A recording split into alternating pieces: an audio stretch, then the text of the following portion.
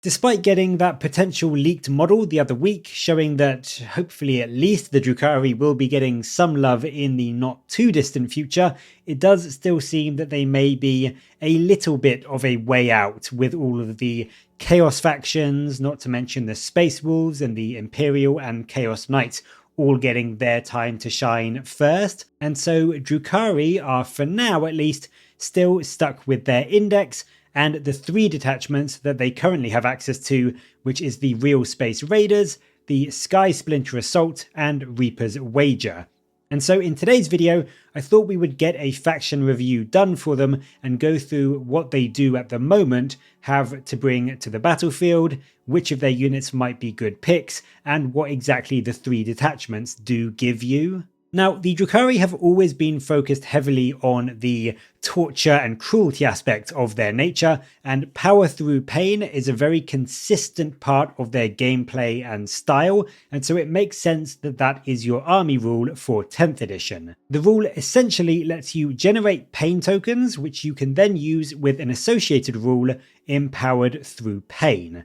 And the way it works is that you generate pain tokens based on the battle size, so you get 1 for a combat patrol, all the way up to 4 for an onslaught sized game, but most of the time in a standard strike force game you will be getting 3. On top of that, you also get a pain token whenever an enemy unit is destroyed or an enemy unit fails a battle shock test. So you can generate a few extras throughout the game, but you will always have that base amount from the start of the battle. So it isn't limitless, but as the game goes on, you should hopefully be able to keep your pain tokens stocked up as long as you are killing stuff. And what you can then do is at the start of any phase is use 1 or more pain tokens. And when you do that, you pick a unit from your army to use it, and it gains a buff. And what it does is it empowers a unit, and if you empower a unit in the movement or the charge phase, they can reroll advance or charge rolls, whilst if you empower a unit in the shooting or fight phase, they get to reroll their hit rolls, and they also get +1 AP if it's a melee attack, so if you empower a unit in the fight phase. So they're not bad buffs really. It is certainly not the best army rule going. I certainly think things like Oath of Moment and even the now reverted Sisters of Battle Miracle Dice are essentially just better versions of a big chunk of this rule. But still, it is quite cool and thematic, and I do overall like the idea of it. I just wish maybe you got a couple of extra pain tokens to utilize at the start of the battle, or had some other ways to generate them, because it is quite easy to very quickly burn through your entire stash in a single battle round if you wanted to. However, to help with that, there are some ways to leverage more from your pain tokens, and as we look to the first detachment, we immediately see a way to do that. So the Realspace Raiders is your base index detachment, and it brings with it the Realspace Raiders rule, which allows you to get a bonus pain token at the start of the battle for having 1 or more Archon, Succubus, or Haemonculus model in your list. So potentially getting you 3 extra tokens if you have 1 of each right at the start of the game. So that is really quite good. And a lot of people that play Drukhari like to have that thematic list style, having all the aspects of the Drukhari court in their armies. So it is quite easy to fit all 3 of those HQs in, and essentially in a strike force size game, double the amount of pain tokens you have right from turn 1. So it's not a bad detachment rule. I would say the only downside is that, again, it's quite limited. You don't generate any extra after that, it is just 3 more at the start of the game. But then after that, you essentially have no detachment rule for the rest of the battle, so it can be quite a big downside compared to some of the other detachments that give you a game-long benefit that you get in some other factions. You do also get another little bonus in that you can bring Harlequins and Anrathay units in your list up to 500 points worth in a strike force size game, but they can't be your warlord or be given any enhancements, as is standard in those extra ally style rules that a lot of factions have. So it's a nice little bonus if you want to bring some Harlequins in your army, but it doesn't exactly make up for the fact that you have a quite limited detachment rule. In terms of what you can get in the enhancement front, the Realspace Raiders again split into the idea of bringing a combination of those court units. So the Crucible of Malediction is a Haemonculus model only. It's 10 points, and once per battle, it lets the bearer force a battle shock test on every enemy unit within 12 inches. And if the bearer is empowered, that test is at -1. On top of that, Psyker units take D3 mortals if they fail the test, so it is quite a big 12-inch aura. You can get a lot of enemy units in it, and if you empower your Haemonculus, you can make it at least a bit more reliable and a bit more likely that the enemy is going to fail those saves. So I don't think it's amazing. Again, it's battle shock related, and as you know, I'm not a huge fan of those. But for 10 points, I actually don't think it's a bad option, just to try and catch as much of the opponent's army as you can, and maybe deny it some strats or some objectives with that ability. Blood Dancer is your Succubus enhancement. This one is 20 points, so it's a little bit pricier, but it gives the bearer +1 AP and +1 attacks on their melee weapons. And instead, you get 2 to those stats when you are empowered. So this can turn your Succubus into an 8 attack character with a -4 AP. Yes, she's still only strength 3 and 1 damage, but it can make you a lot scarier into blobs of chaff and lighter infantry, and she can now quite easily chew through fairly big chunks of, 20-man guardsmen or gaunt squads all by herself. So if you are running at least one unit of witches and you're taking a Succubus and you want them to go and chew through lots of enemy infantry, this could be a really good one just to make her do even more, especially if you are planning on empowering her, because +2 attacks and +2 to her AP does make quite a big improvement. Labyrinthine Cunning is a fantastic returning ability that we've seen in older Drukhari books. It is Archon only, but this gets you some really handy command point regeneration. So whenever you use a strat on the bearer's unit, you roll a dice, and on a 4+, you gain a command point. And if you are using the Alliance of Agony strat, as we will see in just a second, then you get to add 3 to the roll, making it automatically succeed, because it doesn't say here anything about ones automatically failing, so that just gets you a guaranteed command point back, essentially letting you use that Alliance of Agony strat for free whenever you have this enhancement. Finally, the Art of Pain. This is any Drukhari model, and this just gives you a bonus pain token whenever the bearer is on the battlefield in your command phase, so netting you potentially an extra 4 or 5 pain tokens over the course of the game, which is quite good. As I've said, one of the limiting factors about pain tokens is how, limited they are. So getting an extra 4 or 5 over the game can be quite powerful. It is a pricey enhancement at 25 points, but if you really want to leverage as many pain tokens as you possibly can, this one could be worth considering. On top of that, you of course get the standard 6 stratagems. All of these are 1 command point except for one of them, but we begin with Prey on the Weak. This is very thematically named for the Drukhari. It's in your shooting phase, and it allows a Cabal unit to target an enemy unit which is below half strength, and you can re-roll wound rolls against that unit. This is a bit of a hoop to jump through. I think it would be better if it was maybe just re-roll wound rolls of 1, all the time, and then just get the full rerolls if you were targeting a unit that was below half strength. It can just be a bit tricky to use sometimes, especially in the earlier stages of the game when not a lot or any enemy units are going to be below half strength. So it can be a bit tricky to utilize until sort of the later stages of the game. But on the other hand, it is a fairly solid buff when you do get to use it. Full wound rerolls are especially powerful, especially in your army when quite a lot of your guns can be stuff like anti-infantry 3+, so wounding even custodies on 3s and then getting to re-roll them means most of your wounds are going to be getting through, and when you combine this with the re-rolls to hit from being empowered, you can get a lot of wounds through onto an enemy and just force a load of saves. Next up, we have Acrobatic Display. This is in your charge phase. It goes onto a Witch Cult unit. This one allows them to charge even if they have fallen back or advanced, so it's super strong. It's going to massively help your witches get into combat, And again, if you combo it with a pain token, you can get them reroll charge rolls. If you really wanted to spend a lot of pain tokens and make them really reliable, you could spend 2, one in the movement phase to get them to reroll their advance rolls, and then 1 in the charge phase to get them to reroll their charges, so they can get up the board potentially blisteringly fast and catch an enemy off guard with this stratagem.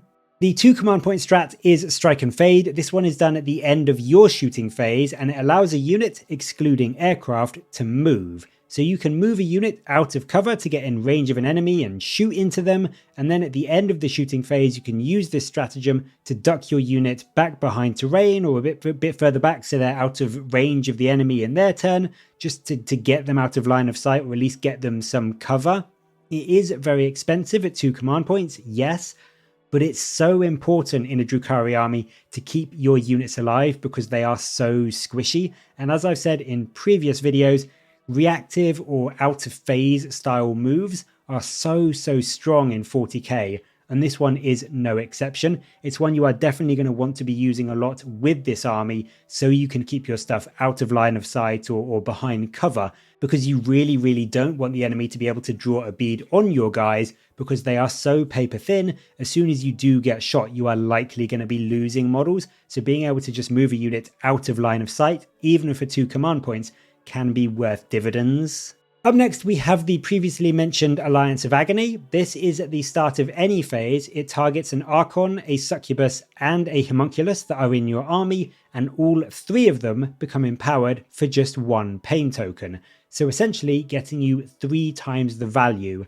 from your pain token. So it can be really strong for getting a load of extra mobility with some reroll charges, or getting a few units into combat with those reroll advance rolls in the movement phase, or the reroll charges in the charge phase, or just some more accurate shooting or melee. Being able to essentially buff up 3 squads for 1 pain token, potentially for essentially no command points either with the enhancement, getting you a command point back when you use this guaranteed.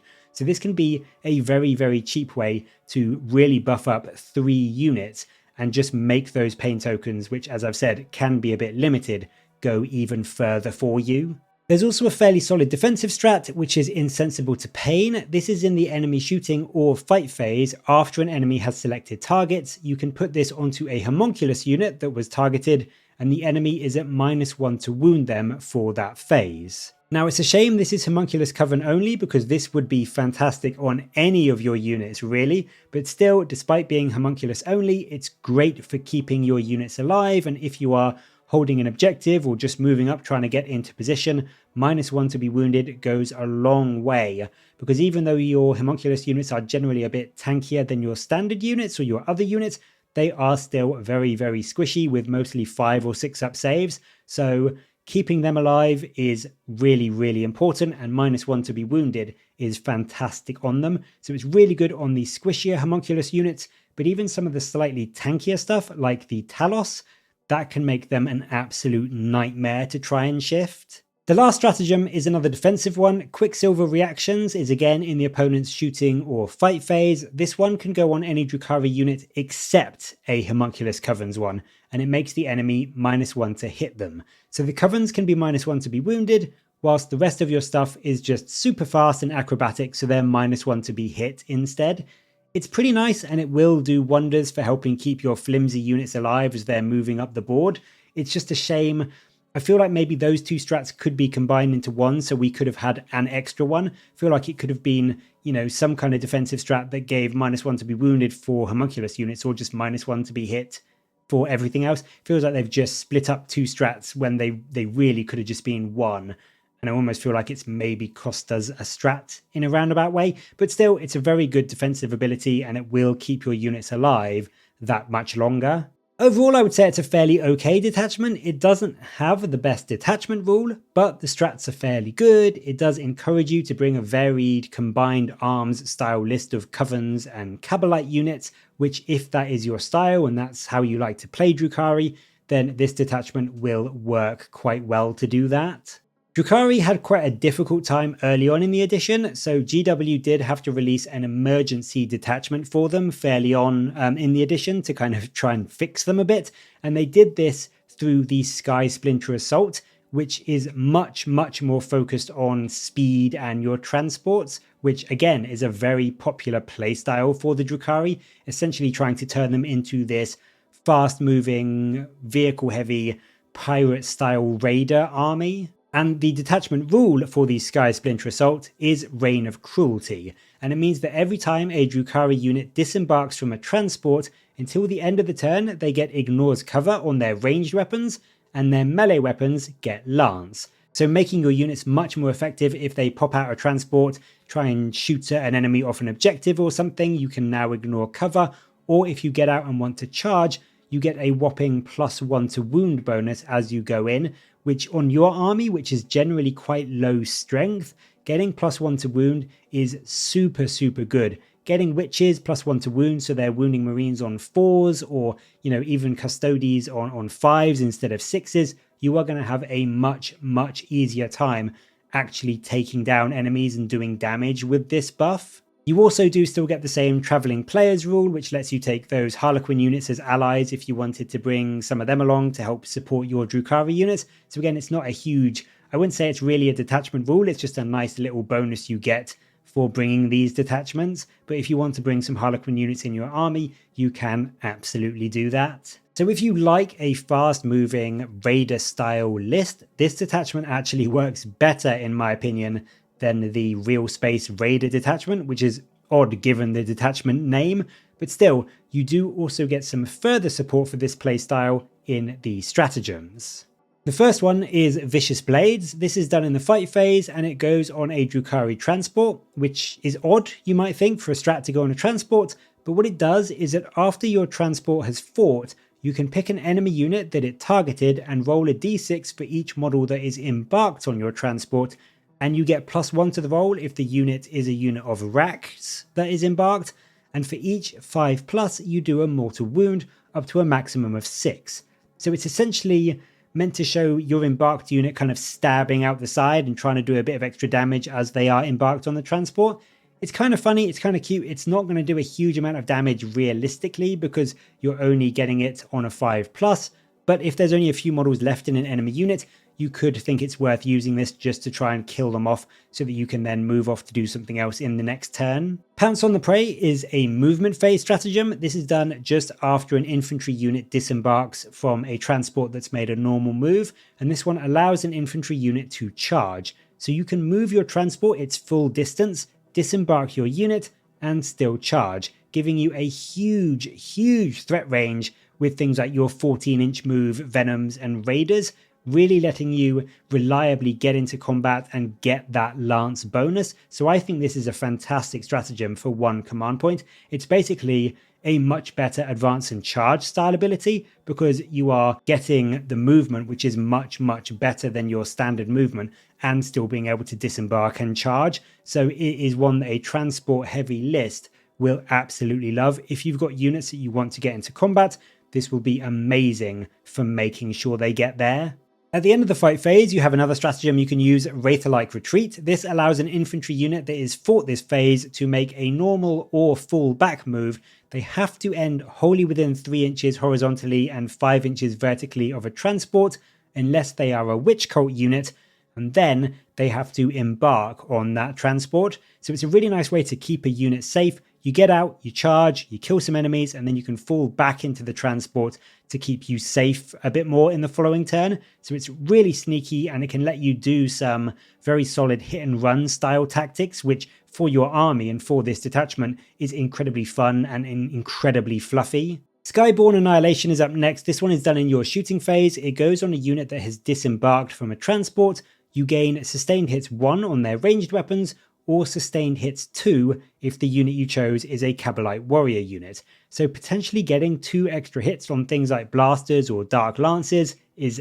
very strong. On Kabalite warriors, I think this strat is amazing, but even on things like Mandrakes, getting some extra hits on their dev wound bale blasts could be fairly scary into the right enemy. But I think if you are saving this for a unit, save it for some Kabalite warriors because they've got some pretty good special weapons, as we'll see in a bit, and getting sustained hits 2 on them, especially if you empower them and get them reroll hit rolls, can get you a lot of extra hits. There's also another reactive move stratagem. Swooping Mockery allows you in the opponent's movement phase, after an enemy unit has finished a move, advance, or fall back move and ended within 9 inches of one of your transports, to make a 6-inch move with that transport. So once again, just making it easier to move up and onto an objective, or get out of charge range, or to just move your transport to block another unit that you are expecting the enemy to try and charge. It's just fantastically useful, and being able to do it on a transport, which is one of the more durable models in your army, is incredibly good, because there's an added bonus that you basically get to move 2 units with this, because you're moving the transport and of course the unit inside. So in a follow-up turn, your unit will have a much easier time potentially to get out and get a charge off. So it's a really good stratagem, really useful, one that I think for an army like this you will be using quite a lot. Finally, we get the Night Shield stratagem as well, which is a defensive one. This gives a vehicle that is picked as the target of an enemy shooting attack a 4-up invuln. So it's a fairly hefty boost. I mean, most of your vehicles do already have a 6-up invuln base, but improving that to the much better 4+ is very, very strong, and it's definitely going to help keep your transports and your vehicles alive for that much longer, which of course gives you the added benefit, because it means your squishy units inside the transport are also going to be kept safe for longer. So in general, a really solid set of stratagems. They do rely you to go heavy on vehicles, but I mean, if you're running this detachment, that is almost certainly what you are doing anyway. In terms of the enhancements for the Skysplinter Assault, these are very much again focused around transports, as you would expect.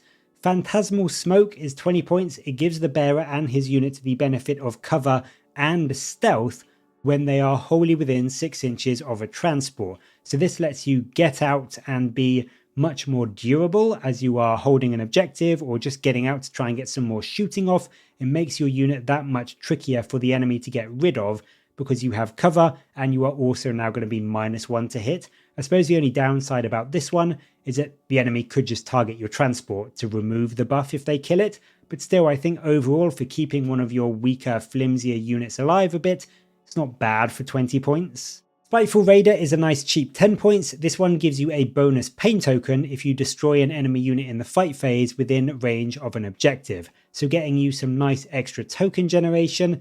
It is a little bit conditional, because you have to kill the enemy unit in the fight phase and you have to be near an objective. So there are a couple of hoops to jump through, but it's going to happen quite often in games because you are mostly going to be fighting over objectives. That's an important part of winning anyway, so that is going to happen. It's a good way to get yourself some extra pain tokens over the course of the battle, and it will probably generate, maybe an extra 2 or 3 over the course of the game, which may not sound like a huge amount, but for just 10 points, I would say that's probably a worthwhile investment. Next up, we have Sadistic Fulcrum. This is another relatively cheap one at 15 points. This one allows you to spread the empowered buff a little bit further. So when the bearer's unit is empowered in the shooting phase, you can pick a transport within 3 inches of that unit, and it is also empowered. Now, it's worth noting straight off the bat, your transports don't have the best guns, but getting rerolls to hit on 6 splinter cannon shots from a Venom can be really nice, or a Dark Lance on your Raider can be a nice little extra. So for just 15 points, if you are planning on having a unit near its transport for most of the game, this could go quite a long way and just get you a few extra hits from those guns for 15 points. If this could be done on any vehicle nearby, so you could get that empowered buff on something like a Ravager, it would be amazing.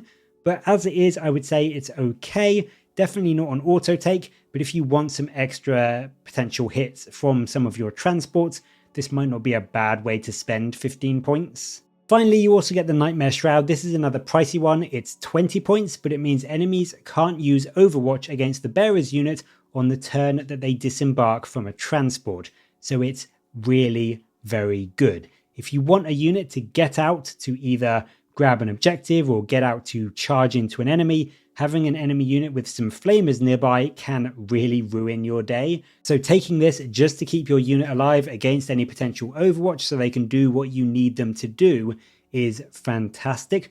I would say despite the cost, this one is probably the closest to an auto take in this set of enhancements, purely because your army is so squishy. Overwatch is a big threat to you. So being able to just flat out nope an enemy unit's Overwatch can be a huge improvement to your durability. I would say overall, if you like a fast-moving, transport-focused army, this could be a very good detachment to sink your teeth into. But we do have one more to look at, and this is the newest Grotesques detachment, which is called the Reaper's Wager. And what the Reaper's Wager focuses on is your Drukhari, but also those Harlequin allies you can bring. So this one lets you bring actually up to half your army as Harlequins, so up to 1,000 points in a Strike Force size game. And the main detachment rule is called Callous Competition. And this rule is, I think, really fun, really thematic. It's probably one of the most interesting, I think, that we've seen in any index or codex in 10th edition. And it shows off this competition between the Drukhari and their Harlequin allies. So at the start of the battle, the Drukhari are winning the wager.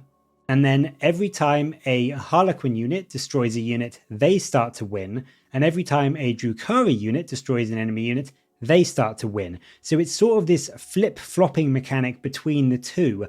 And whoever is losing the wager gets to reroll hit and wound rolls of 1. So at the start of the battle, your Harlequin units will be getting this, but as soon as they destroy an enemy unit, it flips over to your Drukhari units getting the buff because your Harlequins are now winning the wager. So it really incentivizes you to focus on sort of one section of your army who's getting those rerolls and just really utilize all of those units until they destroy an enemy. And then it will flip over to the other side, and then you can flip over to that side of your army and just use those units getting the rerolls to hit and to wound to kill another unit and flip it back around. So it's just this really cool mechanic of flip-flopping back and forth between your units as you kill enemies and making the most out of those reroll hit and wound rolls of 1 over the course of a shooting or a fight phase. I just think it's really cool and fluffy. I really, really love it. It may take a bit of getting used to in terms of how to best utilize it to get the most out of everything in your army.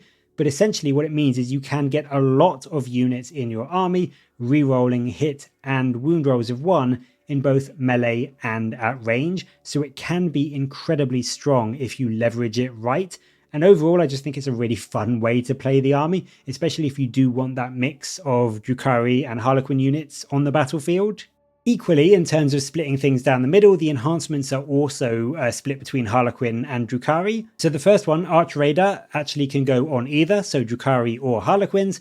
It's 15 points and it gets you the Scout's 9-inch ability on a dedicated transport that the bearer is embarked upon. So from the first turn, you can get a unit really, really far up the board and get onto an objective or in range of the enemy for some shooting or just to set up a really early charge. You can set up some really strong damage right from the first battle round with this to really utilize your detachment rule, or for just a follow-up, as one side starts to lose the wager, you can really take advantage of those rerolls that has moved up and is now 9 inches further up the board. Webway Walker is up next. This is also on a Drukhari or a Harlequin model. It's also 15 points, but this one gives the bearer and his unit Deep Strike.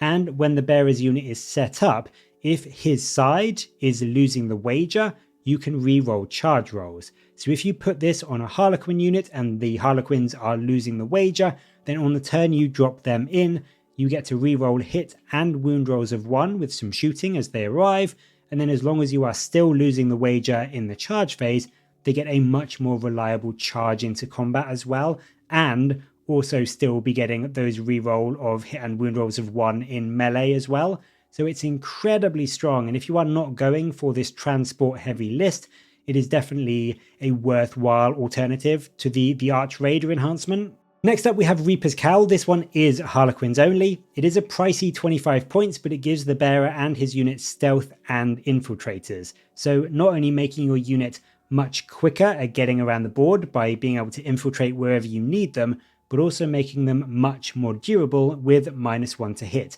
which is something your Harlequin troops, who are also very, very squishy despite having a 4-up invuln, will be very grateful to have. It can actually make them deceptively difficult because even though they're only toughness 3 and 1 wound, a 4-up invuln and -1 to hit can require a lot more to put down than your opponent may be expecting from what they'll know of your army. And then we get the final option. This is the Drukhari only one. This is Conductor of Torment. It's 20 points and it interacts with your pain token mechanic. So you can choose to gain a pain token if Drukhari units are losing the wager, and this then sets them to winning it.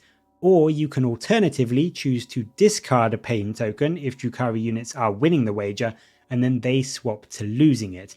So if you really need either your Drukhari or your Harlequin units to be losing the wager for some shooting or combat you've got coming up, you can essentially play around with it a bit, and for the price of a pain token, kind of target those rerolls from the detachment rule on the units that you really need it on, which makes it a very, very flexible detachment rule actually. And so I do think this enhancement could have a lot of hidden value, either a great way to generate you some extra pain tokens by swapping it around, or yes, maybe costing you a few pain tokens, but being able to target those rerolls right where you need them to have the biggest impact. Of course, we also have the standard 6 stratagems. We start off with Malicious Frenzy. This is done in the shooting or the fight phase, and it gives a Drukhari or a Harlequin's unit either lethal or sustained hits. So on top of those rerolls, this can get you a good chunk of extra hits or some auto wounds. It's really actually quite solid for one command point. Being able to choose which you get just makes it even more flexible. So it's a solid, reliable, all-rounder strat that will make you much, much better into vehicles and tanks, or much, much better into enemy infantry. So this is one that I think you will be using most turns, to be honest, especially on a unit that is losing the wager, so is getting those reroll hit and wound rolls of 1. Shorten the Odds is also one command point. This is in the movement phase. It lets you shoot and charge even if you have advanced. As ever, fantastically strong on an army that can have quite a scary melee component with the Harlequin options. Their shooting isn't great, but advance on charge on something like a Harlequin troop can be terrifyingly good. It's going to help them get into combat where they're much less vulnerable to enemy shooting, and of course when Harlequins are in combat, they are going to kill quite a lot, because they do have, yes, it's a low strength, but they've got a lot of quite decent melee attacks actually. Up next we have Fateful Roll. This one is done in the fight phase after an enemy unit has selected targets.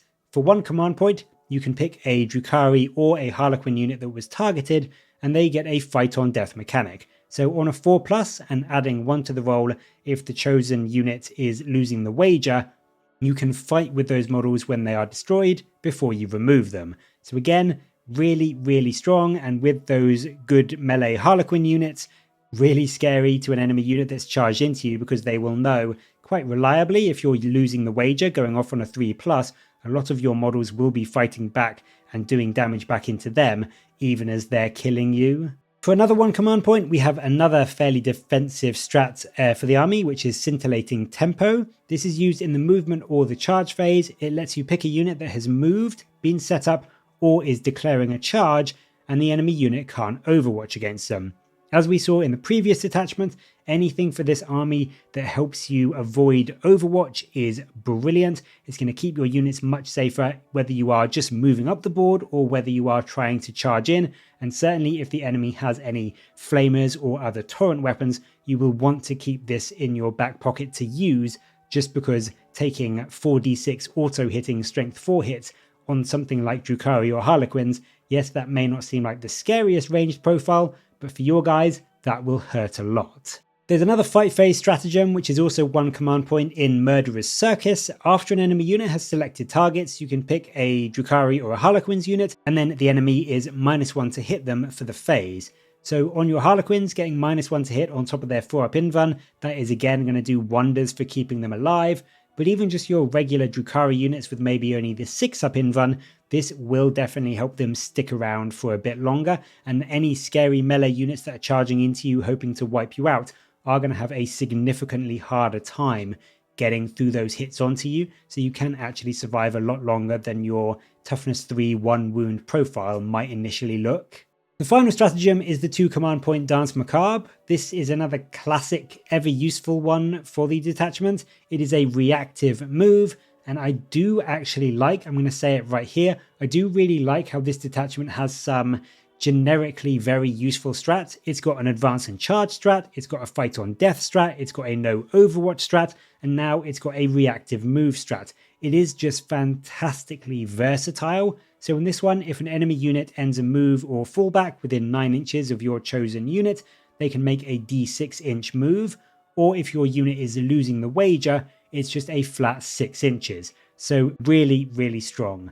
Yes, the d6 can be a bit unreliable, you could only move 1 inch, but if you are losing the wager, getting that flat 6-inch move can, as I've said before with these, get you behind cover or outside of line of sight, or onto an objective, or just further away from an enemy charge. So it's really, really strong. And yes, it is pricey for 2 command points. I would say it's probably a bit too expensive to use on a unit that isn't losing the wager, but on a unit where you can get that guaranteed 6-inch move, it's definitely one to have in your back pocket. I do have to say, I really love this detachment. I love the mix of Drukhari and Harlequin units. There is a lot here to boost your speed, your damage output, your durability. So if you want that combined arm style with that fun sort of fluffy internal competition between your guys, this one is definitely one to try out, and I think it would be really, really fun to play. But what about the actual datasheets themselves? Well, Drukhari don't have a huge amount in their index, there is only 24 to cover here, but we will start with the main HQ, which is the Archon. This guy is 85 points, and he's actually fairly squishy with 4 wounds, toughness 3 and a 4-up save, but he does also have a 2-up invuln. And yes, you heard me right, he's got a 2-up invulnerable save. Now, before you go all crazy, it does have a caveat. You can't re-roll this ever for any reason, and the first time you fail it, you lose it, and you have to go back to relying on just your 4-up armor save. So it's not that powerful, and it can very easily just get removed by something like a bolter in the very first turn of the game, but equally, there will be times when your opponent rolls 16 2+ in a row and really frustrates you, because I've seen that happen before. He's got a solid 8-inch move, and he can join Incubi, Kabalite warriors, and the Court of the Archon. He's got a fairly decent melee weapon with his Husk Blade. It's 5 attacks, they're only strength 3, but they are anti-infantry 3+, and they're -2 AP and 2 damage. So he's hitting on 2s, wounding marines on 3s, and then killing 1 automatically if they fail a 5-up save. So on average, he'll kill 2 marines by himself in melee, which is nothing amazing, but he can do a bit of work. His main use though really is giving his units reroll wound rolls of 1 or full rerolls to wound when they are empowered. So he can really, really boost your damage output, and potentially getting a unit full rerolls to hit and to wound can make them terrifyingly effective. He's also a very devious mastermind, which is a rule that gives him a 12-inch aura where if he's your warlord, it forces enemy units to increase the cost of their stratagems by 1 when they're in that range, so really, really impacting your opponent's command point economy, which can be just brutally good, and in some cases it can make it so they can't actually use a strat they want to use because they no longer have enough command points to do it. So he is really quite good. Yes, he's a bit pricey at 85 points for his basic profile, but I think the rules he brings means he can very easily earn his value back just in a few turns because of how much he can buff your unit that he joins, and also how much he can debuff the enemy and impact their game plan. The Beastmaster is another HQ option. This is actually a whopping 7 models, which for 120 points doesn't seem all that bad, but they aren't the best models. The Beastmaster himself is toughness 4 with 3 wounds and only a 6-up save, albeit with a 6-up invuln as well. But then you also get a Clawed Fiend, 2 Chimerae, and 3 Razorwing Flocks. So in total, you get a unit with 21 wounds. So it does have a lot of wound value, which is nice. It's also got a good 12-inch move, and they have a 9-inch scout. So they can move absurdly fast when you need them and get them exactly where you need them on the board very, very early on. Unfortunately, for all that good stuff, they aren't that amazing in terms of their output. They do have a lot of attacks, but they're all really kind of mediocre. There's 3 strength 3, -1 AP, 1 damage attacks from the Beastmaster himself. There's 8 strength 5, 0 AP, 1 damage attacks from the 2 Chimerae. There are 18 strength 3, 0 AP, 1 damage attacks from the Razorwings. And then you do actually get some scary attacks from the Clawed Fiend. It's 5 attacks at strength 5, -1 AP, 2 damage with dev wounds. So that can do a bit of work, but they also have a variety of sort of lethal hits or sustained hits on the various units, as well as the ability to re-roll charges and then re-roll hit rolls of 1 from your beast models. So I mean, don't get me wrong, they can throw out a whopping 24 attacks or so, and they can do a lot of work into squishier chaff units like Guardsmen or Gaunts, but I just think a lot of their attacks are fairly weak. They certainly aren't going to be cutting through Terminators or Custodes with any speed. So I'm not really sure how good the unit is, or the character is, realistically, but I think they can be quite fun, and it's certainly a thematic choice if you wanted to go for that Beastmaster sort of beast heavy army. In a similar vein, the Court of the Archon is also a collection of models as an HQ choice. It's got 4 in total. You get a Lamian, a Slith, an Urgul, and a Medusae. They each have 2 wounds with a 5-up save, 5-up invuln, and toughness 3, so it's not the most durable unit, but as we saw earlier, they can be joined by an Archon. They can also, in a really sort of interesting thing, they can join a unit of Kabalite warriors that is being led by an Archon, so they can, all told, make a unit of 15 models, all getting those potential reroll wound buffs from the Archon. And what's also really cool about this unit is that it brings some extra buffs from each of the 4 models. They each bring their own unique buff to a unit, so you can make this really buffed up Kabalite warrior unit, which sounds great, but the problem is that the court is 95 points, so it isn't cheap, and it essentially doubles the cost of your Kabalite warriors, so whether that is worth it is very much in question. What they give though, in terms of the individual units, the Lamian gives the unit lethal hits, the Medusae gives the unit the ability to force a battle shock test on a unit if it's hit with any of the Medusae's eye burst shots, the Slith gives the unit -1 to be wounded at both range and melee, which is, to be fair, very, very good, and then the Urgul gives the unit fights first. So there are actually some pretty tasty bonuses to bring to a Kabalite warrior unit, and of course the Archon that is with them, and of course on top of that you also get a few extra attacks. You get D6 strength 6 pistol shots from the Medusae's eye burst, 3 extra shard carbine shots from the Slith, an extra chunk of melee attacks from the Slith Battle Blade, which is -2 AP and 2 damage in melee, 6 Talon attacks from the Urgul, and some pretty solid anti-infantry 2+ attacks from the Shimashu Blade that the Lamian has. So I wouldn't say it's the most amazing unit, but it does bring quite a lot to a Kabalite warrior squad. As I said, the problem is I'm not really sure it's worth it because of the cost. Yes, you do get a much improved Kabalite warrior squad, but the whole cost of the Kabalite warriors, the Archon, and the Court of the Archon is about 280 points, so it's very expensive, and at the end of the day, it's a unit that is still not got the best saves, so they will still die very, very quickly, despite all the buffs they have access to. So yes, for a thematic list, this could be really cool and fun, and you certainly will get a much stronger Kabalite warrior squad, but I personally don't think it is 280 points worth of goodness. The Cronos is up next. This is actually decidedly cheap for its stat line. It's 50 points, and for that you get a movement 7, toughness 7, 3-up save, 6-up invuln, 7 wound monster with a 5-up feel no pain. So that's pretty good for the cost. It can come in units of 2 as well, which does make it a really, really durable 100-point brick, but this thing doesn't have much in the way of output. It's definitely more of a utility piece. So you do get a couple of guns. You get a Spirit Siphon in each one, which gives you D6, Strength 5, -1 AP, 1 damage attacks, and then you can also take a Spirit Vortex on each, which is D6, Strength 5 shots, which are blast and ignores cover. So it's nothing amazingly powerful, but it does bring you some extra damage to kill off maybe a few enemy infantry units or that kind of thing. The main use of the Cronos is its rule Pain Parasite, and what that means is that whenever you empower a unit within 9 inches of a Cronos, you can roll a d6, and on a 4+, you gain a pain token. So you can effectively regain some of your pain tokens over the course of the game, and I think it's not awful for the points. It's decently durable, it's got a decent move, it can actually do some moderately okay ranged output into lighter infantry, and then it's just got a really good utility tool that won't go off all the time, but it will just help to keep those pain tokens chugging along and being replenished at least a little bit.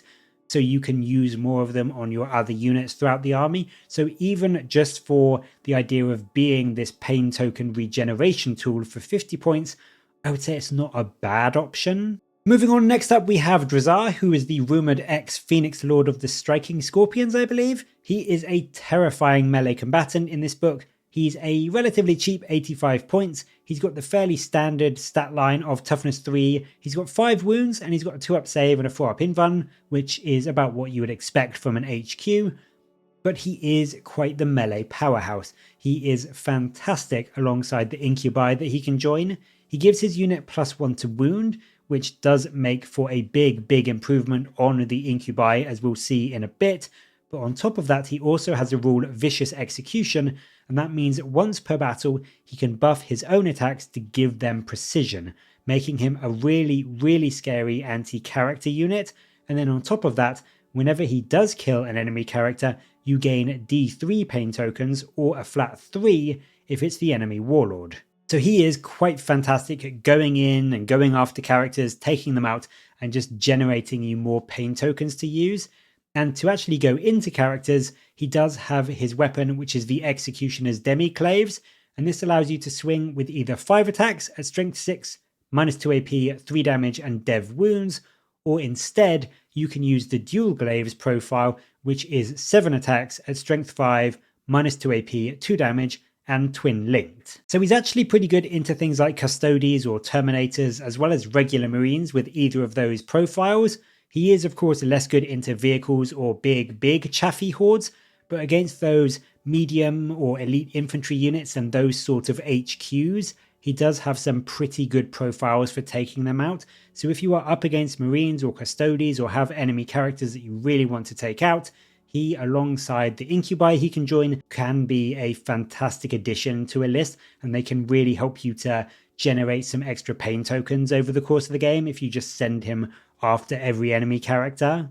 The fairly monstrous Grotesques are up next for the index. They come in a unit of 3 to 6, either at 80 points for 3 or 170 points for 6. They are a toughness 5, 6-up save unit with a 6-up invuln, 5-up feel no pain, 4 wounds, and a solid 7-inch move, which actually isn't bad for essentially 26 or so points per model.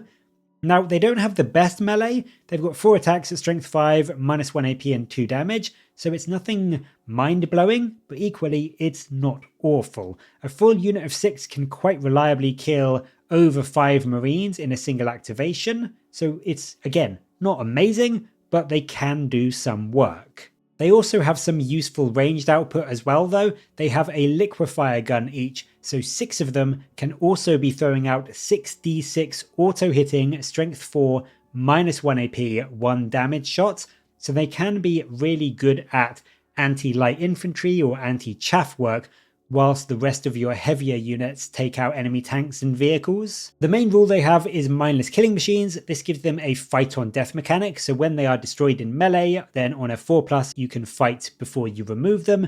It's kind of sweet, and it does actually make them quite a big threat to enemy melee squads.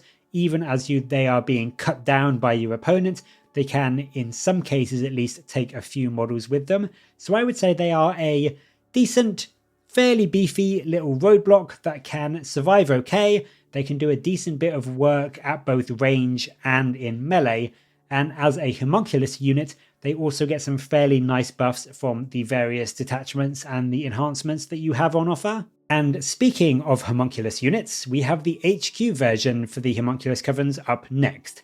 The Haemonculus is a 60-point model with toughness 4 and 5 wounds, so he is straight away a bit tankier than other Drukhari.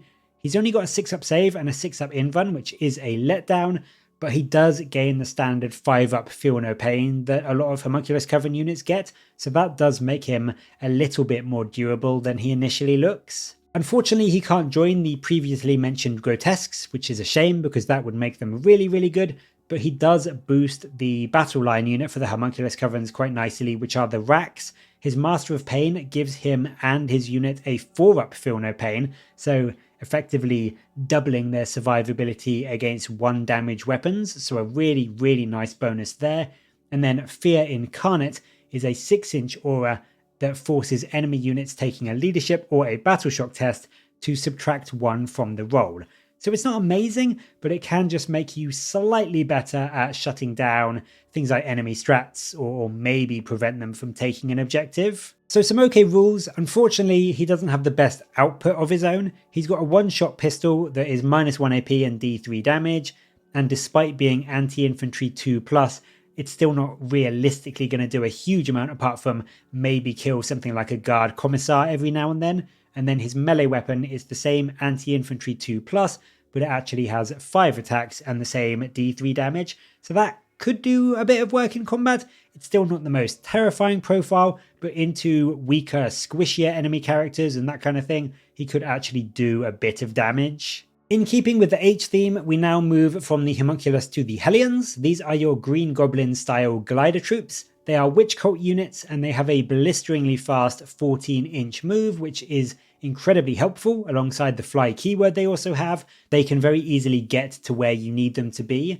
They can be taken in a unit of 5 for 75 points or 10 for 150. So they are 15 points for a toughness 4, 2 wound model with a 5-up save and a 6-up inrun. So they are very, very squishy for the cost, but they are definitely a step up from things like your Kabalite warriors with only 1 wound and toughness 3. They can also shoot and charge after falling back, which does make them a bit more slippery and difficult to pin down. But I just think, again, the main problem with them, and the problem we've seen with a lot of Drukhari units so far, is that their output just isn't all that great. They each have a Hellglaive, which is 3 attacks at strength 4, -1 AP and 2 damage, and sustained hits 1. So that's really not awful, but I still don't think it's going to do a huge amount of damage for their 15-point cost. And then their shooting profile is just 2 shots with 0 AP and 1 damage. Now it is anti-infantry 3+ and twin linked, so they can admittedly get a lot of wounds through, but they just really, really struggle with enemy armor because of that complete lack of armor penetration. And like a lot of other stuff we've seen so far, they are just very, very, very good at killing light infantry and chaff. And with their melee weapons, they're not bad at killing things like marines. A unit of 10 will kill about 6 marines. So yes, they can arguably do a little bit more than the grotesques we saw earlier. But I think the problem with these guys is that you're very, very unlikely to get a full unit of 10 in combat because they are so much squishier. A lot of them will probably get shot down and die as you're moving them in. So they are just, they can do damage, but they are the ultimate glass cannons. And unless you are playing really, really well and protecting them as well as you possibly can, you are very, very unlikely to get the most out of them because some will die as they're getting up into combat. Moving back to our friend Drazhar, his work colleagues, the Incubi, are up next. These come in a unit of 5 for 85 points or 10 for 170. They are only toughness 3 with 1 wound, but they do have a 3-up save and a 5-up inrun, so they are again a little bit more durable than things like your Kabalite warriors. Notably, these guys aren't technically Kabalite or Witch Cult or Haemonculus. They are sort of mercenary units, or at least they were back in older codexes. So they don't quite fit into any one of the 3 sort of main court aspects, but that doesn't really make a huge difference in this index specifically. What they do is that they force a battle shock test on enemy units at the start of the fight phase. That is their rule. And I mean, that's cute, but it's really not all that reliable. And it is quite a big change from their old horror rule in the fight phase where I believe, if I'm remembering correctly, they could make a unit fight last if they failed a leadership test. So that is a big, big downgrade, I think. They're still not bad, and they can do some good work in melee with their claves. They are 3 attacks each at strength 4, -2 AP and 2 damage, whilst the Clavex can take demi-claves for a slightly weaker version of what Drazhar has. It's either 6 strength 4, -1 AP, 1 damage attacks with twin linked, or the same 3 strength 4, -2 AP, 2 damage swings. So he can help to clear out enemy chaff if enemy light infantry is trying to bog down your Incubi.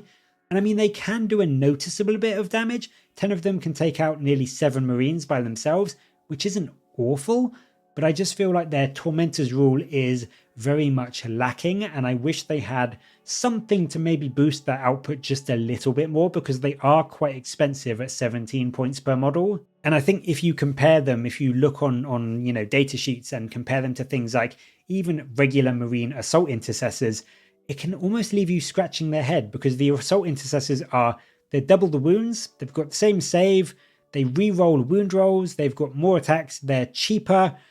I feel like Incubi don't quite do enough to warrant that points cost, and they just need something extra, because even with Drazhar with them giving that +1 to wound, they're nowhere near as scary as they used to be over the last couple of editions, and I think they maybe tone them down a bit too much because they just don't feel very scary at the moment. For your main basic battle line option, the Kabalite warriors are probably the most commonly seen. They come in a flat unit of 10 for 100 points, so that is 10 points for a toughness 3, 1 wound, 4 up save model with an 8-inch move. They do of course get that token 6 up invuln, but to me they seem a tad pricey for that stat line. But where they do get a lot of their value and why they are maybe priced at 10 points per model is in their selection of weapons, because they can bring 4 unique shooting options in the squad of 10. Now the only downside is that they can take one of each. You can't bring 4 of the same type. They're not like Marine Devastators, for instance, so it can make them a bit harder to really specialize. But what they do work as is quite a good all-rounder unit. So one in the squad can take a blaster, one can take a Dark Lance, one can take a Shredder, and one can take a Splinter Cannon, whilst the rest of them get the standard Splinter Rifle, which admittedly isn't anything special, but against infantry units it can, in some cases, be considered a slightly better bolter. The special weapon options though give you a great mix of anti-tank and anti-infantry and anti-elite, so you get a strength 12 -3 AP d6+2 damage shot from the Dark Lance. You get some great anti-infantry from the strength 8 d6+1 damage blaster, and then both the Shredder and the Splinter Cannon are very, very good anti-infantry. d6 auto hitting flamer style attacks from the Shredder, and then some fairly good anti-marine shots from the 2 damage Splinter Cannon. So they can actually do some pretty good work. Yes, they may not outright kill anything, but they can sort of split their fire and at least start to chip off wounds from a variety of targets at the same time, which can leave the rest of your more specialized units to finish off the wounded enemy. They also have a fairly good datasheet rule in Sadistic Raiders, which gives you essentially sticky objectives, so it lets you keep hold of objectives as you then move around the board, which for your army, which is meant to be fast moving and mobile, with the Drukhari, it means you can claim an objective and just move on to the next without having to have a squad babysitting it. So it does help you just to put even more pressure onto the enemy as you're moving up the board and moving around the board. So I wouldn't say they're an amazing unit, but it does have some teeth. It can be fairly versatile, and I think bringing a couple of them can make them exponentially better, because obviously if you just bring one squad, you're just getting one Dark Lance shot. If you bring 2 squads, you're essentially getting 2 Dark Lance shots, and because everything in 10th edition can split fire, you are not really wasting any of those shots. You just need to focus the right weapons at the right thing. From the Kabalite warriors, we actually move on to another character now, the terrifying Lelith Hesperax. Unlike the elite killing Drazhar, Lelith is a pure light infantry shredder, and she does that incredibly, incredibly well.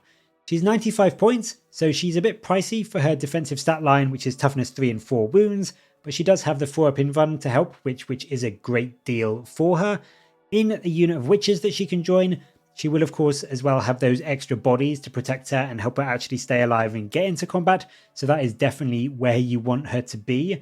And with that standard 8-inch move, she can reach melee really quite quickly, so she does just want to get into combat as fast as possible and essentially be safe, stuck and locked into combat. She does have fights first, which is another really good offensive and defensive buff, because it means she is almost always going to be getting to swing before the enemy gets a chance to hit her. And when she's in melee, she's got her blades. These are 8 attacks that hit on 2s at strength 3, -2 AP and 1 damage, but they do have sustained hits 2 and anti-infantry 2+. So no, they're no good against vehicles, but really, really quite scary against enemy infantry, and she can improve herself even more alongside the unit she joins with the Brides of Death rule, which gives her entire unit fights first, as well as giving both her and her witches +1 strength and +1 AP. So in a unit, Lelith can be 8 attacks at strength 4, -3 AP, and 1 damage, and she will be wounding even Custodes on 2s. So yes, 1 damage isn't going to be insta-killing them, but she can be pretty damn good at chipping them down. She also has a really cool rule, Thrilling Spectacle, and this is once per game, but she can give herself a boost and in the fight phase bump herself to a 3-up invuln and a whopping 12 attacks. So if you've just charged into a really scary melee threat and you absolutely need them dead before they can fight into you, you can pop this and just do everything possible to kill them off.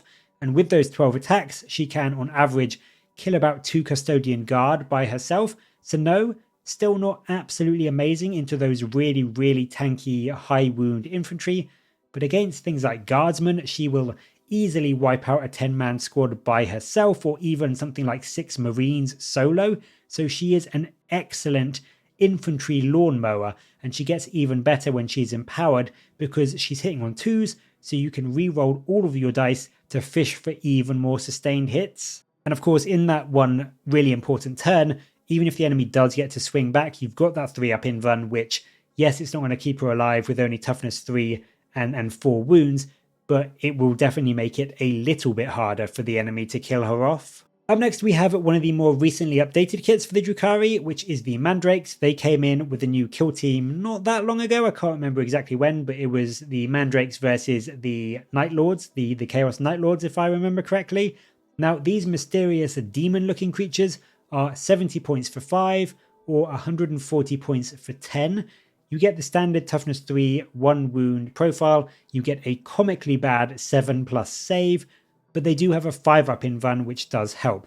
And on top of that, they also have infiltrators and stealth, so they can be quite hard to pin down, and you really can get them on the board where you need them to be, as well as being a little bit tankier than the enemy might think because of that -1 to hit. However, despite all that, even regular bolter fire will still kill these guys, because at the end of the day, Marines hitting on 4s, wounding on 3s, and then you only having a 5-up invuln to protect you, you are still going to die very, very quickly. So definitely utilize infiltrate to the best as you possibly can, so that they aren't in a position to be shot down before they can actually do anything. They come with a special rule called Fade Away, and this allows them to essentially uppy downy at the end of the enemy turn, as long as they are not within engagement range, so they can jump up and then come back down in your following movement phase 9 inches away from enemies. So they do have a fairly significant threat range in terms of where they can get on the board to score objectives or score you secondaries. And then their ranged option, in some ways it's scary. It's 2 shots each, it's 18 inches, so they can shoot at something the turn they kind of drop back in.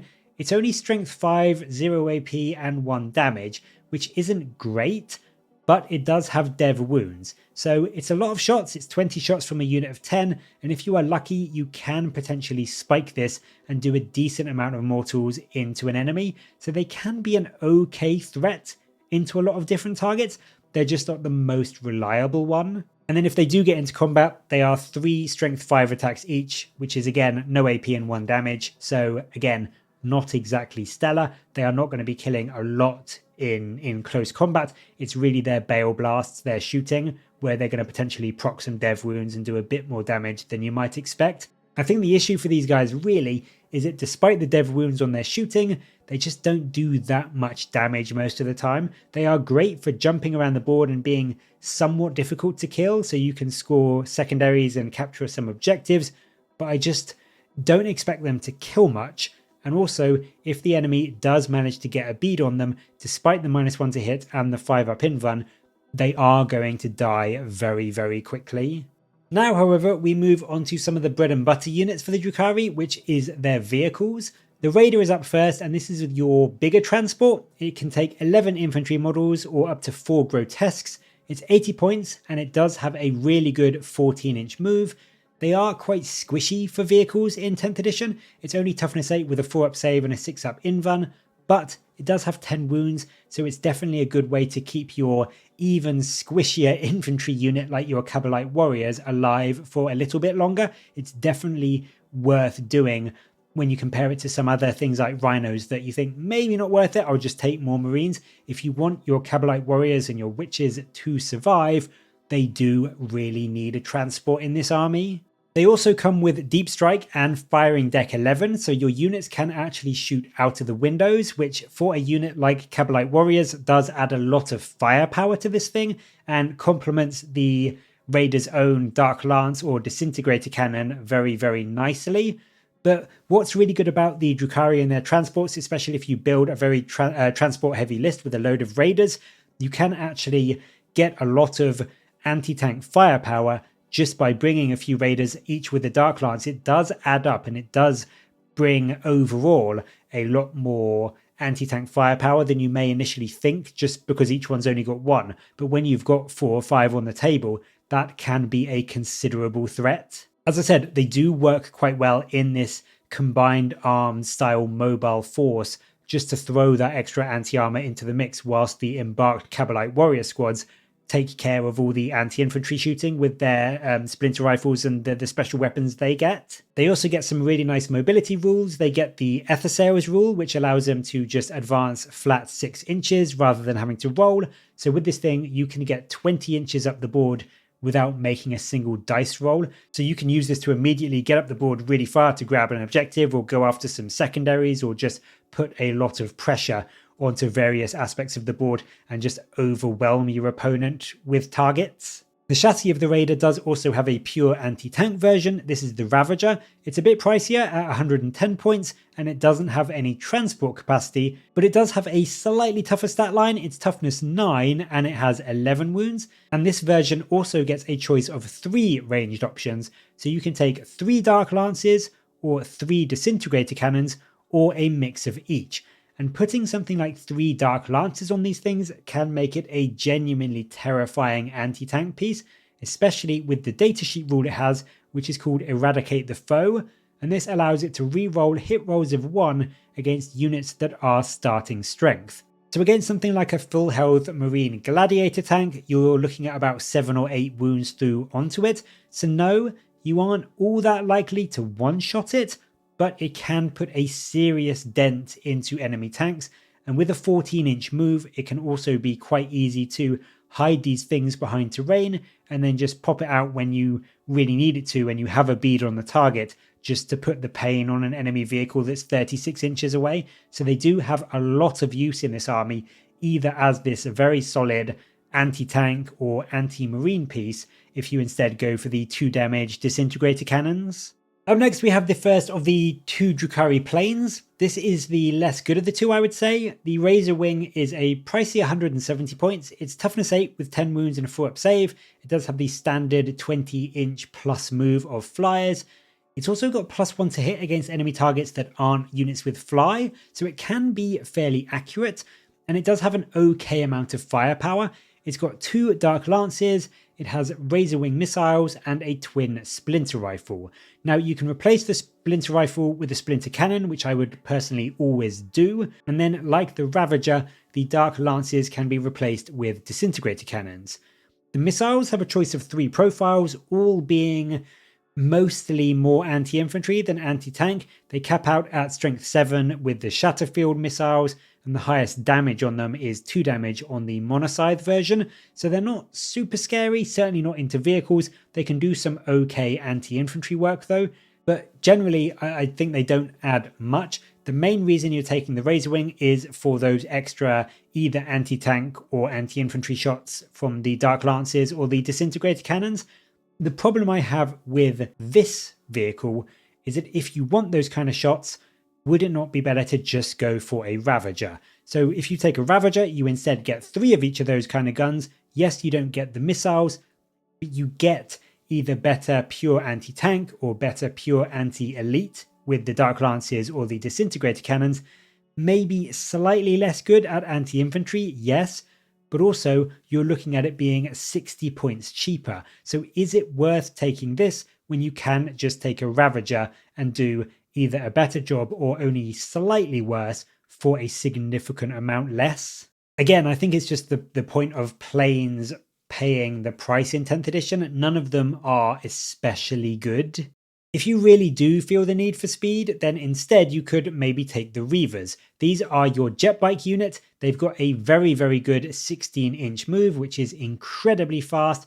and they are also that little bit tankier than your regular Drukhari. They are 2 wounds with toughness 4 and a 4 up save and 6 up invuln, so no, they're still not exactly durable, but they are a bit more durable than you might expect from the army. They're pretty awful in melee, with only the champion having a half decent weapon. His Agonizer is -1 AP, but they can actually be a relatively sneaky little assassin unit.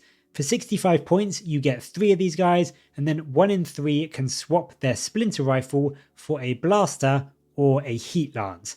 And the Heat Lance is 18 inches, it's Melter 3 with Strength 14, -4 AP, D6 damage, and Assault. So you can potentially get these guys moving 22 inches up the board, almost certainly getting them into Melter range, and then put an actually big dent into an enemy tank. If you bring a full unit, which costs you 120 points, those 2 Heat Lances will do over 7 damage to a toughness 9 3-up save tank if you empower the squad. So they can really move up, maybe finish off a tank that you shot at with a Ravager earlier in the shooting phase, and just be an absolute menace to the enemy. Their main datasheet rule is Eviscerating Flyby. What this does is it allows you to do some mortals to an enemy unit they fly over after moving. It's only 1 mortal per model, and it's only on a 4+, so it's not super scary. A full unit of 6 is going to do about 3 mortals to a unit. So yes, you could potentially kill a Terminator as you're moving up to go and shoot a tank behind them, but I would say it's really not the most terrifying special rule around. They do have some use, they are frighteningly fast, and they can actually pump out some acceptable anti-tank shooting within 9 inches. They are just not the most durable, so they will probably die when they get there, but they're a relatively cheap potential suicide unit that you can use to just kill off a tank if you are quick about it. What is probably a better heavy support anti-tank piece is personally the Scourges for me. These are what you will probably want to be looking at. They're 130 points for 5 or 180 points for 10, so it's 18 points per model if you bring a full squad, but a pricier 26 points per model for a min squad.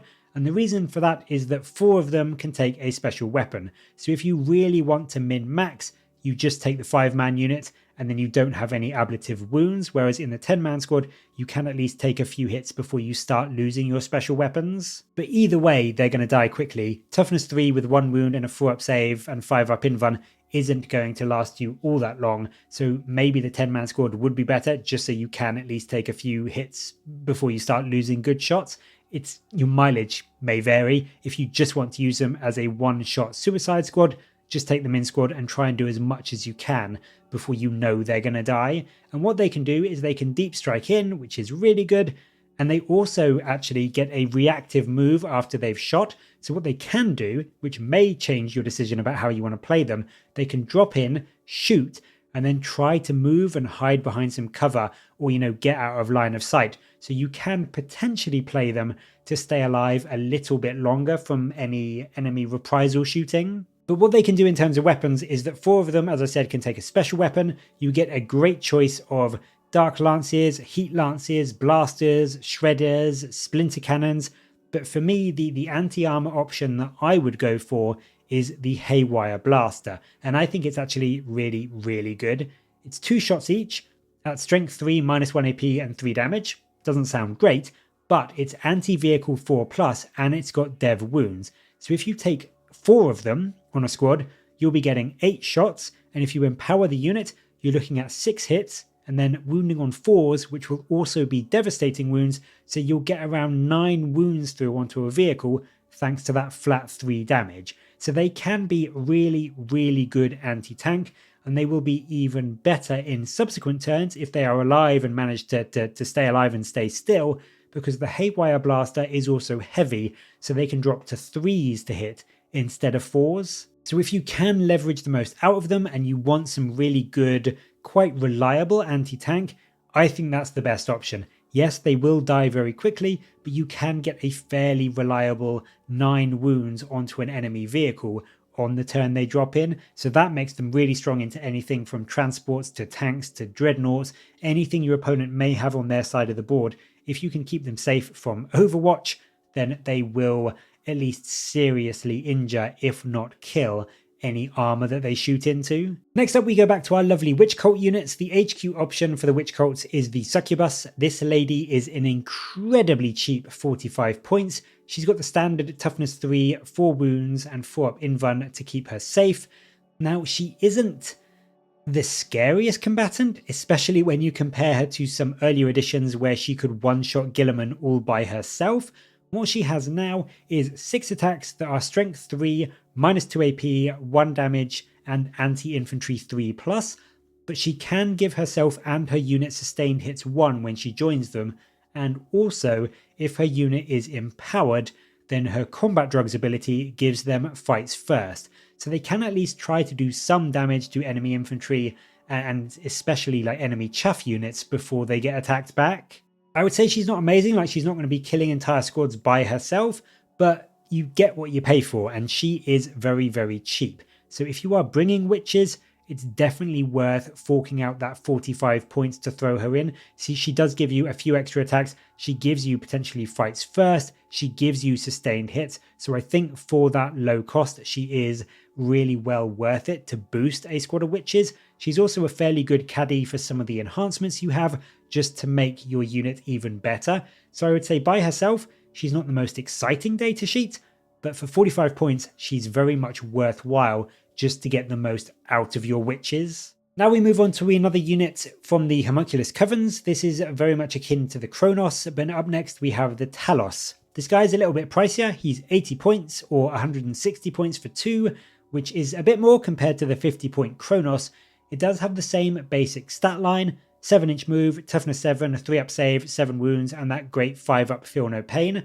But whilst the Cronos is more of a support piece, this guy is much more of a damage dealer. And the Talos gets empowered without having to spend a pain token whenever it destroys an enemy unit, thanks to the pain engine rule. So that's really good. It can keep this thing buffed up for a good long while if you keep on killing stuff with it, and it can be kitted out to kill stuff really quite well at both ranged or in melee. It comes base with some macro scalpels, which in melee give it 5 strength 7 -1 AP 2 damage attacks, and they can be swapped out for a chain flail, which instead gets you 8 anti-infantry attacks at strength 6, 0 AP and 1 damage, or the more anti-elite Talos Gauntlet, which is only 4 attacks but strength 8 -2 AP and a really good 3 damage. And then you can swap the other macro scalpel, because it comes with 2, for a twin liquefier gun or an Ica injector. Now the Ica injector is another melee weapon. It gives you 1 extra strength 7 -1 AP 2 damage attacks, but I think the better option is the twin liquefier gun, which is a 12-inch range twin linked flamer. So that gets you D6 strength 4 -1 AP 1 damage auto hits that reroll wounds. So I think that's much better than that 1 extra melee attack. Personally, if it was me, I would probably take the Talos Gauntlet and the Liquefier most of the time, but on top of those two options, it also has a more dedicated ranged option, so it comes with a twin Splinter Cannon, and that can be swapped out for a twin Heat Lance, or a Stinger Pod, or my favourite, the twin Haywire Blaster. Now, as we saw earlier, the twin Heat Lance is really great, strength 14, potentially D6 +3 damage melter shooting. But at the same time, if you want this thing going after tanks, for me, the Haywire Blaster is better.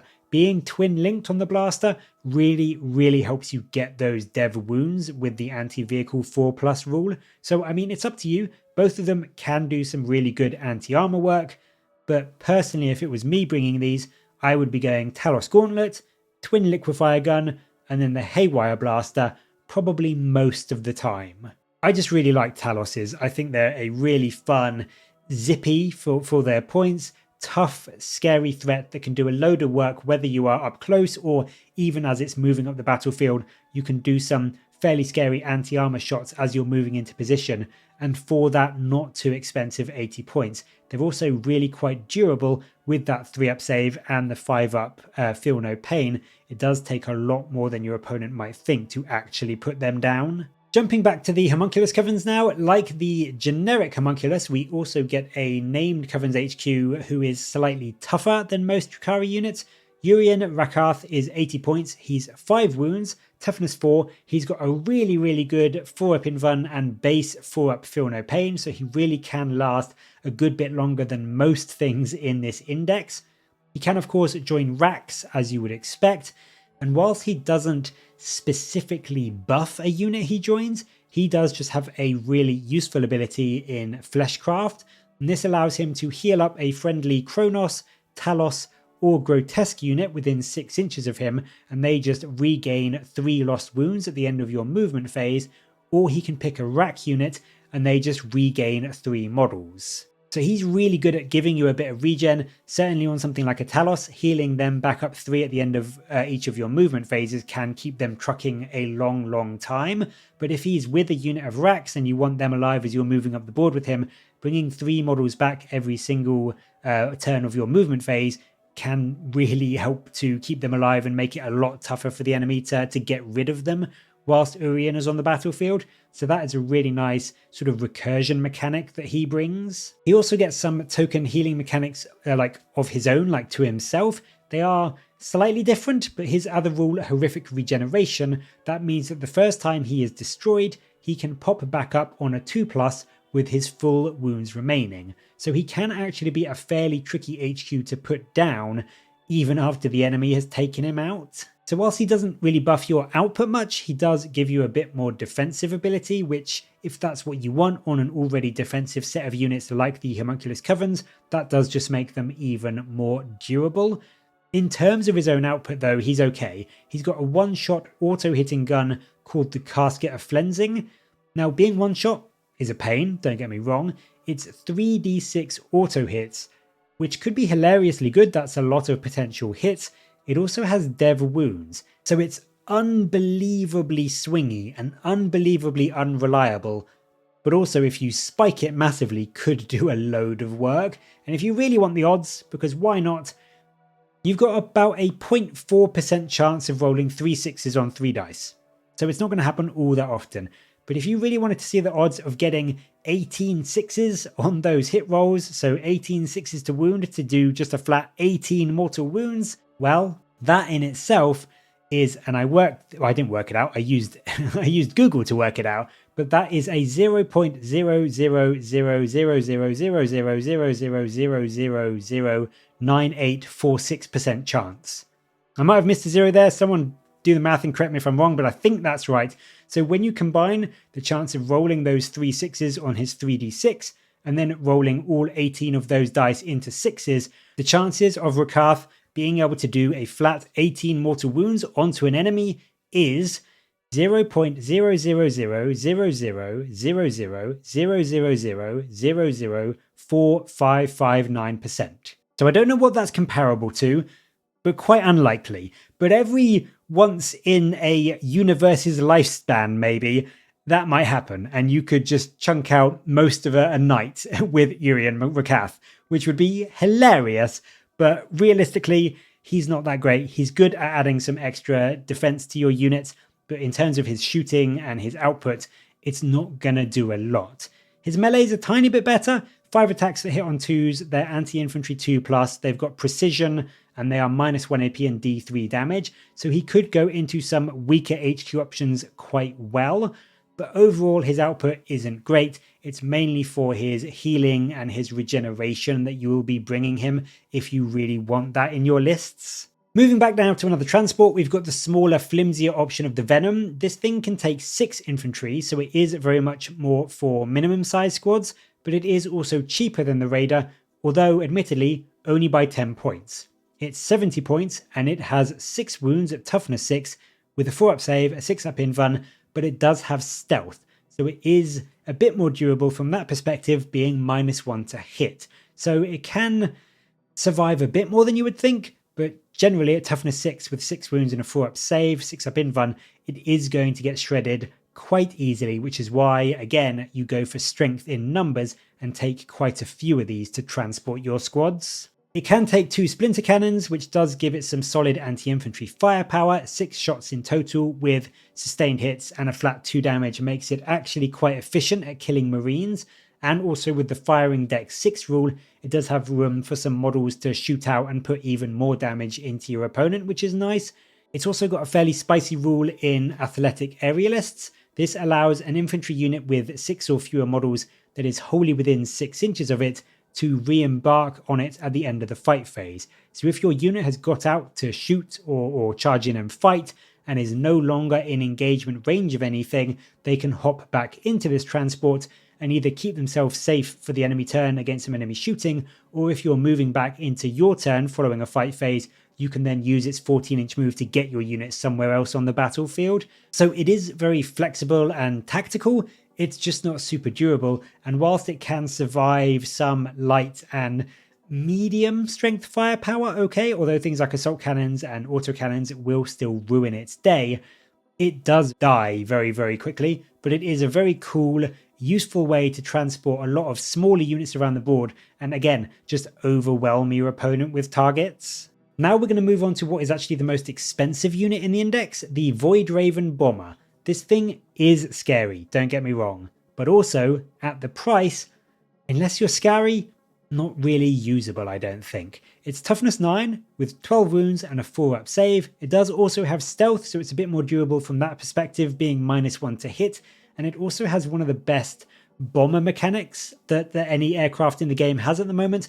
The Void Mine allows you once per battle after ending a normal move to pick a model you moved over, and you roll a d6 for each enemy unit within d6 inches of that model, and on a 4+, they take d6 mortal wounds. So if you roll well for this, it can potentially hit a good 2 or 3 enemy units, but it is very swingy. You need to roll a d6 for each unit, and it's only d6 inches of the model you picked, so you could roll a 1 and just not hit any other unit.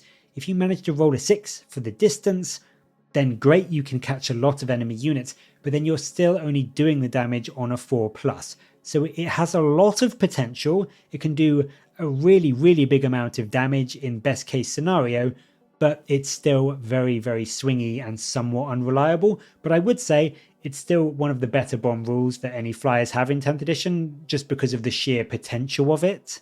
It's also got Void Raven missiles, which net you some extra anti-armor or anti-infantry shooting via the Implosion or the Shatterfield missiles, but the main armament of this thing is the Void Lances. You get 4 of them, well, you get 4 shots in total, should I say. They're strength 14, -4 AP, and d6 plus 2 damage. So they're really good profile-wise. They let you push through a huge amount of damage into anything from gladiator tanks even up to Imperial Knights, and you are looking at about 7 damage to an Imperial Knight from this, which isn't awful.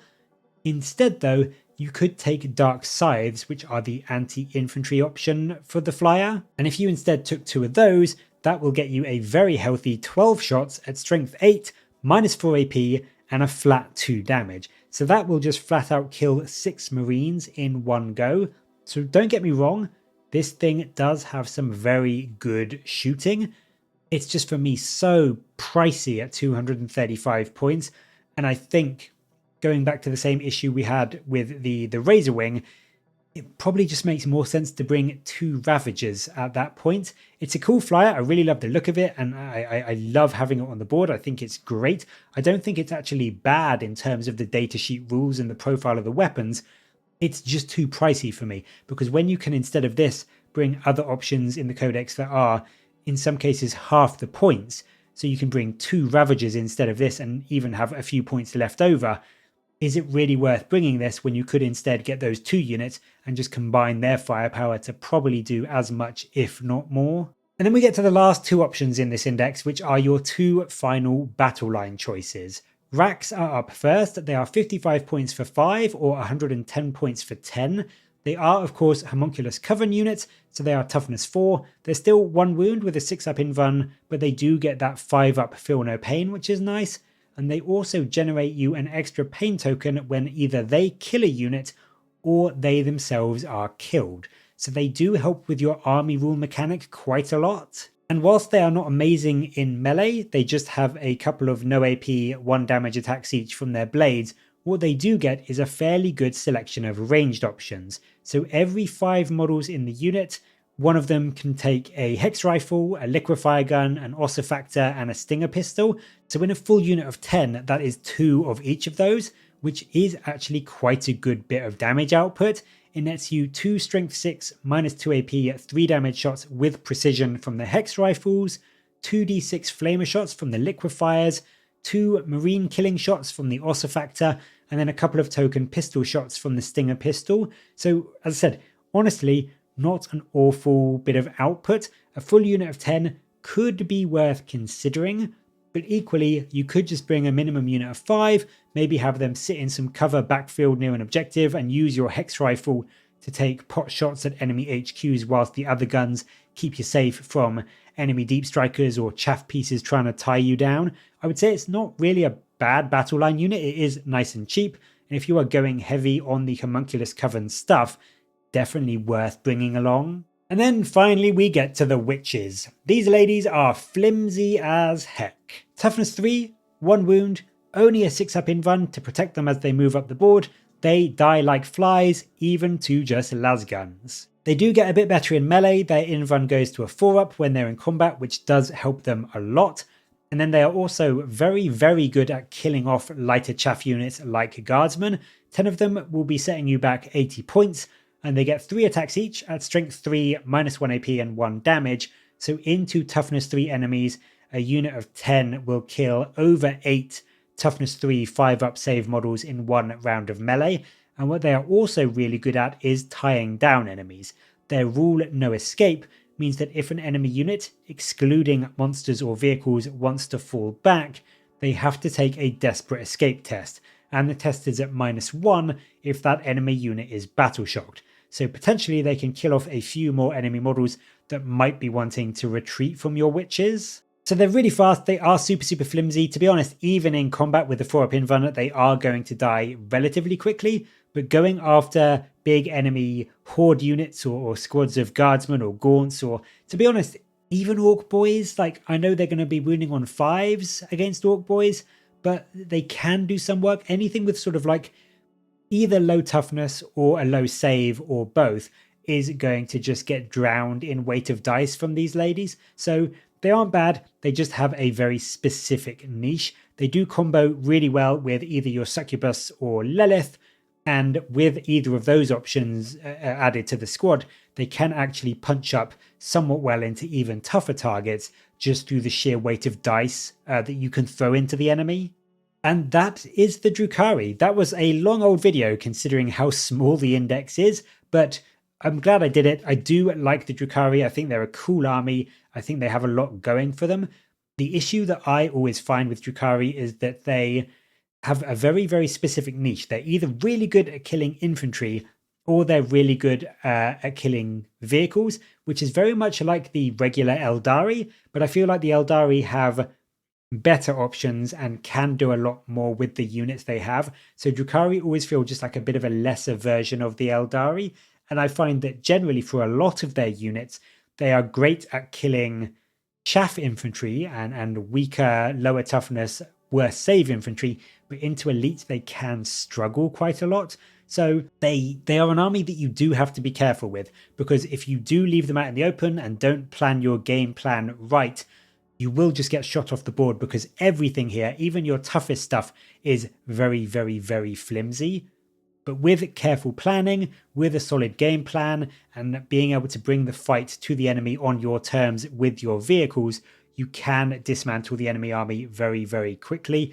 And also on top of that, the board control you have with your speed, either via your infantry or via your vehicles and transports, is probably the best in the game. So if you want to run this army, play the movement game, really learn how to do that well, and this army will reward you. You just do have to be careful, because if you put a foot wrong, your unit will essentially die. And so that's the Drukhari. I would love to know your thoughts about them and which of the 3 detachments we have at the moment you enjoy the most. Let me know all of your thoughts and theories and ideas, and also ideas about the upcoming codex when that ever comes out, down in the comments below. And as always, thank you very much for watching. Please do like and subscribe for more Warhammer content from me. But until next time, I'll catch you later, guys.